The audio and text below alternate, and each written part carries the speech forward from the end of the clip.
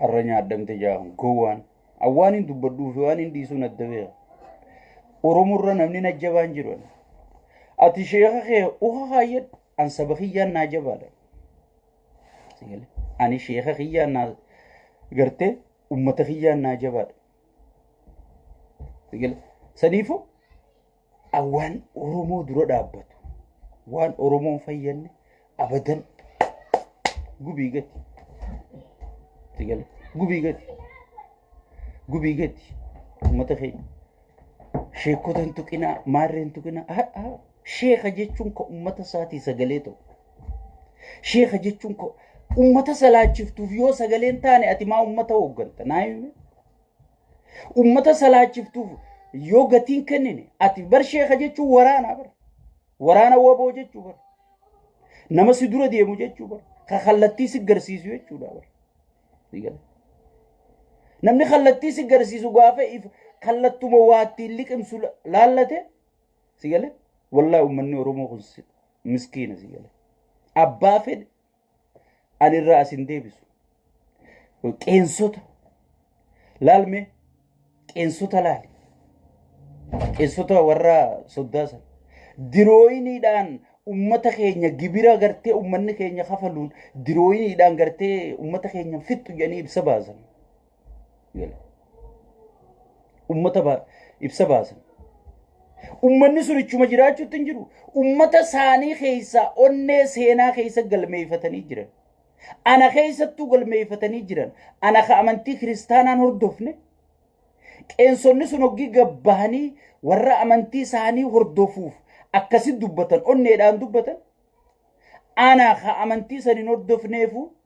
onnee tiyya keessatti seenaa galmeeffatanii jiranii amma maal siin jaan bar sun fannoodha bar meetirkishoodha siin jaan haya kunoo arra eenyu tajaajilamu jira sheekotii manzaraa caalaa wallaahi warabbul ka'aba namni gartee daabloos sheeyxaanticha maqaa biyyi baafate san biratti namni kabajaa qabu qeensota sanii sigale qeensota oromoo ka isaan akhaalifu hundaa'u qabeerraa hidhaanidhe abuna saayiroos abuna gabriel abuna maarre qeensi balaay warra ijoollee salaalee tana ta isaanii wajji waa kukkutatu tana hunda akkamitti qeensota jajjabaa kana dura dhaabbattan jee fuudhee hidhaanii dhaggalche qaallicha mata adda adda isa rukutu qabna jee san hunda biyya galche arra jarri sun ichi bashannanu jira jechuu qeensonni sun maaliif ummata isaanii keessaa kabajaa qaban yeroo hunda deeggarsa keenya barbaadda qeensota keenya nu galchi jenneen sigale qeensi jechuun kana sheekhi jechuun ka ummata isaatii sagalee ta'u ka ummata isaatii wajji dhaabbatu ka yoo ummanni isaa rakkate ummata isaatii wajji rakkatu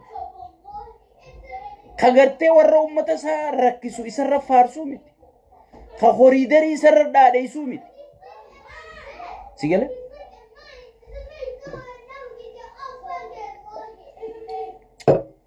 ka horiidarii isarra dhaadheessuu miti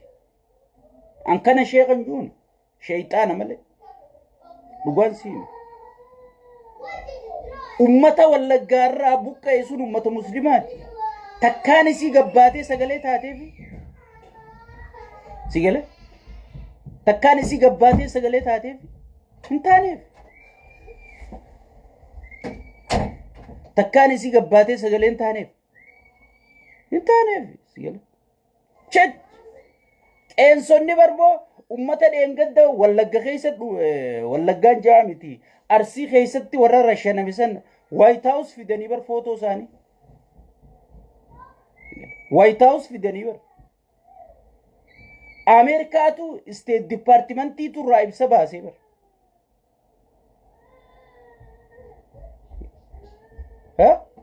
sheeyticha arsii keessa waraabeessi nyaate sheekotiin manzaraa irraa dubbatte harargee keessa ka ajjeefame sheekotiin manzaraa irraa dubbatte sigale ilma keenyaa nu harree qabu arra furmaanni nu dhufe arra maarree nu tufe way arra furmaanni isinii dhufe saamuun isinii karaan banamere karaan saamichaa isinii mijjaare hattuu waan deeggartaniif hattuu wajji hatu jirtarre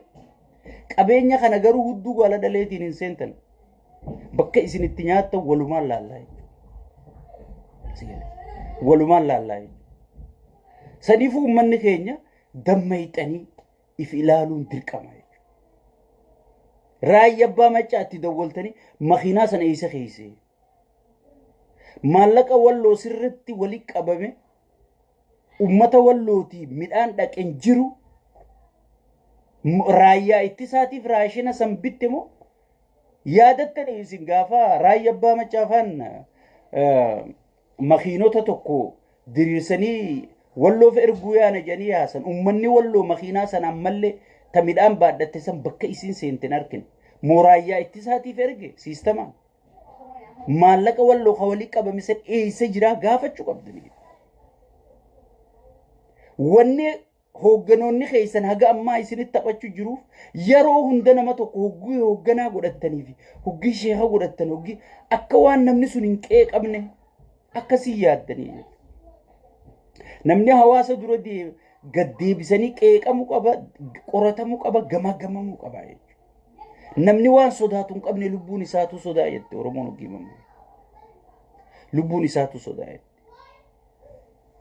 saniifuu sheekotii manzaraa tana gahee yoo wahillee nu godhuu baattan silaa hudduun teessan hiltanitti isin waraabamte koriidarii faan irratti hin faarsina sheexaanticha kana irratti hin faarsina sigale ummata oromoo kadhumaa jiru ka buqqaa jiru sigale meelaali harargeen tun muslima moo muslimaa miti awwadaay bakka oromummaa muslimummaan irraa biqilte moo bakka irraa biqilte miti an oggii waa'ee harargee tana dubbadhu dhiiga kanaan na danfa sigale mee sheekotiin manzaraatun takka qaallicha amiini biroo sanirraa eegalii ummata kana eeysa geeysitan jedhanii gaafatanii ummata buqqisu jiran dila kana saammachuu liqimsuu ilmaan isaanii miidiyaa faatti ijaarsisanii qabsoo oromoo irratti ashoofu kaan ameerikaa astiraaliyaa ergachuu ilmaan ifii barsiifachuu qofa sigale nutis kana godhuu namni wallaaleen jiru biyya isaanii olii jirra ta isaanirra guddatti jira sigale yoo saammachuu taate nuti bar taayyee wajjin garee taayyee namni abiyyi biratti gartee nu caala namni amanamaan hin jiru ka akka gaarii seenee isa sheekotii manzaraa tana caalaa warri saamuu danda'u abadan ifin saamnu jenneeti kan dinnu sigale maallayni ni dhumaa wanni wayyaaneen saamtee ni dhumtee hayni namaa kan saamamu ni dhumaa jennee dinne mee haramaaya guutuu diigan jaawaruma irra isaan arrabsiisisan kanaatu irraa iyyuu ture anuma isaan arrabsan kanaatu iyyuu fi ture mee takkaa nama isaanii awwadaayimaa buqqaati hidda muslimaati manni muslimaa maa diigamu ilmaan 10 jala yaa jimaan kun yoonii fi gartee fayyallee faayidaan qabu jettan ummata kanaaf maal bakka buuftan gaafii dhiyeessanii takka sigale ummanni kun durirraa qabee haga amma jimaa kana gurguratee jiraataa jira mee maal bakka buuftan sigale warshaa bakka buuftanii fi jira dalagaa uumtanii fi jira ummanni kun maaliin miskiin maatii dhadhaletana jiraachisa jedhanii sigale daabloos isaanii kan hiltan hoteelitti yaamee beera dura naqee du'aay goosisaa oolu kana takkaa gaafatanii beekanii isin nyaachuu ta'a inni ummata kana wallahi isin nyaachuu ta'a akkuma dhugaa ummata kanaa dhoysitanii dhokachuu teessan sheekotii wayyaanee du'aay godhaa turte arra isinii jechuudha isin ta'een gadda wayyaaneen gartee masgiida keessa sheekotii basaasisaa turtees isin sheekotiin dhugaa sagaleen teenya haa dhagayamtu jettee hidhamtee Ahmaddiin Jabalfaa wajji rakkachaa turte arra gartee dhiibamteeti kan ajjeesanii arsii keessa waraabeessi nyaate san fa'aa waraabeessi nyaate san fa'aa ummata qaariyaa isinii baasee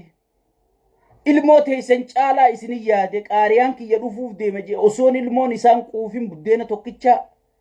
ilmoota isaniif ilmoo ifii dhalee fi isiniif adda fuudhee isin barsiiseef sagalee ta'uu dadhabdanii jechuudha. Sagalee ta'uu dadhabdanii irra sagalee ta'uu jirtanii jechuudha. Irra sagalee ta'uu jirtanii jechuudha. So saniifu seenaan isin gaafata insha Allahu ta'ala akkatti nafte bi'iznillaahi ta'ala. Rabbiin abbaa haqaati akkatti naftu yaa sheekutii manzara yoo waan tuftan tana arraabuu baattan rabbuma tokkicha saniittu keeysaniiw keenyaa miti isinumaatu rabbii san qabaa igale walit dhufaa jirra saniifu ummanni Oromoo guutuun wanni ati abdattu nama sagalee sii ta'u jabeeffadhu arra qushaashni tun hoggii garteechi keessa yaatee jaawarsi biratti arrabsitu مرو دربا سبرت أربس سيجله مرو دربا سبرت أربسيتو تيسير لالين دد أباري ناس إنجا أبارسي ركتا الربوة إفي جوزا في بفيتنا قبيسي نياتا أرى أمتوك ساندتين توكو أتيغرو هراتا نياتيتي فطرة نياتيتي هراتا شودي بشام فادو يديرفت خانا موتو ما خينيا سينجا خانا المخيتي سينجا المخي خاسي جيسي سيسو خاسي بوكسو خمانا سر ديكو مما وقي منا ديغا قرقرو تكبتكو ننغم تكول فات منا نديغا بينيا ننجرو ilmaanni ala bahan roobni ala tibo aduun itti baati ummanni kun eeysa akka dhaquun qabu ummatarra sheekotii caala meenaami maame mee ummatarra sheekotii caala sheekotuma tanaa ummata kanaa dhaleem ummatuma kanaa barsiiseem ummannummaan isaan dhalee barsiiseeti isaan imaama isaan godhee ol isaan baasee ilmaan isaaniitti gabbaree bilisoo wayyaanee irraa kaasee bilisoomse garagalanii isaanumarra sagalee ta'uu jiranii jechuudha. Saniifuu awwaanin isiniin jiru waanin isin kadhadhu ummata keenya isinis dammaqa. Ani isiniif jechaan sagalee ta'uu jira. An Raayyaa Abbaa Maccaa Amiin Ibroo Abdusalaam Baalee kaifiin jiru namichi sun sheekotiin jalayaatuun isaanii hundinuu an wanni isaan narraa balleeysanii jirtu waan isaan isinif balleeysanii nagubu jira wanni isaan na godhan wanni isaan narraa balleeysan dachiin isaan narraa fudhatan jaartiin isaan narraa fudhatan hin jirtu garuu ummata kiyya wanni naa caalu hin jiru jeeti wallagga keessa habuqqee muslima takkaa sagalee isaaniin dhageenya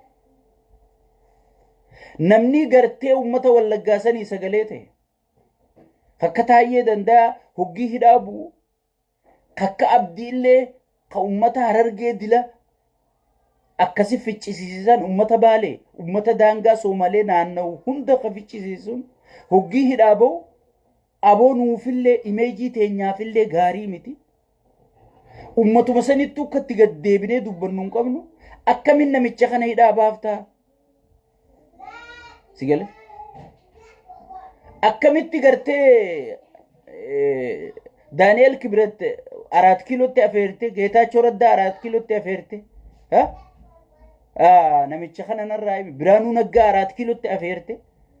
akkamitti taayee danda'a ka ummatarraa duutii haa dhaabbattu jette hiitaa ja'anillee gaafii takka hin gaafanne ta abbaa gadaa ifiin jettu namicha tiktookaraa fuuteeti samirra keeyse qaallicha amaarticha dhayxee baafte warra abbaa gadaa ajjeesisiise dhiigan gaafan warra gartee ilmaan abbaa gadaatii falmee